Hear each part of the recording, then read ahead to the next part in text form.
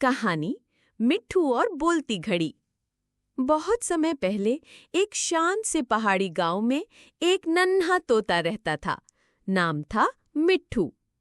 पर ये कोई आम तोता नहीं था। ये पढ़ा लिखा, समझदार और थोड़ी बहुत इंसानी जबान भी बोल लेता था। मिट्ठू की सबसे प्यारी चीज थी उसकी छोटी सी लकड़ी की घड़ी, जो उसके दादा तोते ने उसे दी थी।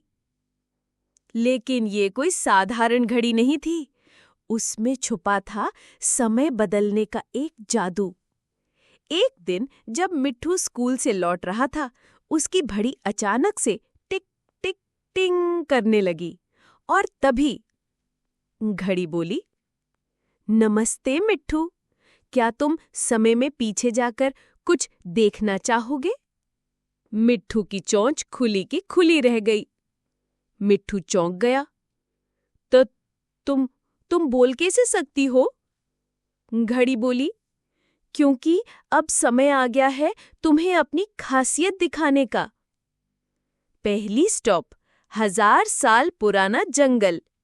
वहां मिट्ठू ने एक छोटा सा गिलहरी परिवार देखा जो पेड़ों से गिरते फलों को बचाने के लिए एक फल बैंक बना रहा था। गिलहरी बोली, भविष्य में फल महंगे होंगे, अब से बचत करनी होगी।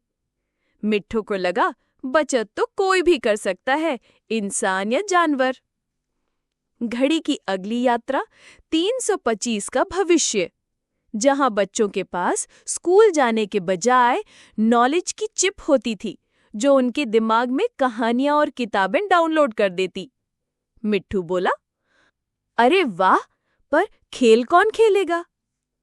भविष्य का बच्चा बोला, खेल वो तो हमारे रोबोट्स खेलते हैं, हम तो बस आराम करते हैं। मिट्ठू को थोड़ी उदासी हुई। असली खेल, दोस्त और मिट्टी की खुशबू गायब थी। फिर एक दिन मिट्ठू गलती से घड़ी का उल्टा बटन दबा देता है और पहुंच जाता है उस दिन जब वो तोता ही नहीं था, बल्कि एक अंडा। वहां वो देखता है अपनी माँ को, जो धूप में बैठकर अंडे को से रही थी। मिट्ठू भावुक होकर बोलता है, माँ, मुझे माफ करना, मैंने तुम्हें कभी ठीक से थैंक्स नहीं कहा। जब वो घर लौटता है तो उसकी सोच बदल चुकी होती है। अब वो समय को सिर्फ घड़ी में नहीं, हर पल की अहमियत में महसूस करता है। वो गांव में समय बचाओ जीवन सजाओ नाम से एक नई मुहिम शुरू करता है। बच्चों को कहानियां सुनाता है, बड़ों की मदद करता है और मोबाइल से दूर सबको पास लाता है। मिट्ठू की घड़ी अब शांत है, लेकिन गांव के हर घर में एक छोटी सी घड़ी है जो बताती है कि हर पल जब तुम किसी को मुस्कान दो, वही सबसे अच्छा समय होता है। सीख, समय सबसे बड़ा जादू है, उसे यादों, रिश्तों और मुस्कान से भर दो।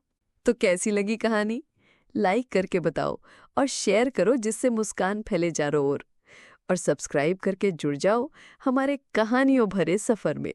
मिलते हैं अगली कहानी में।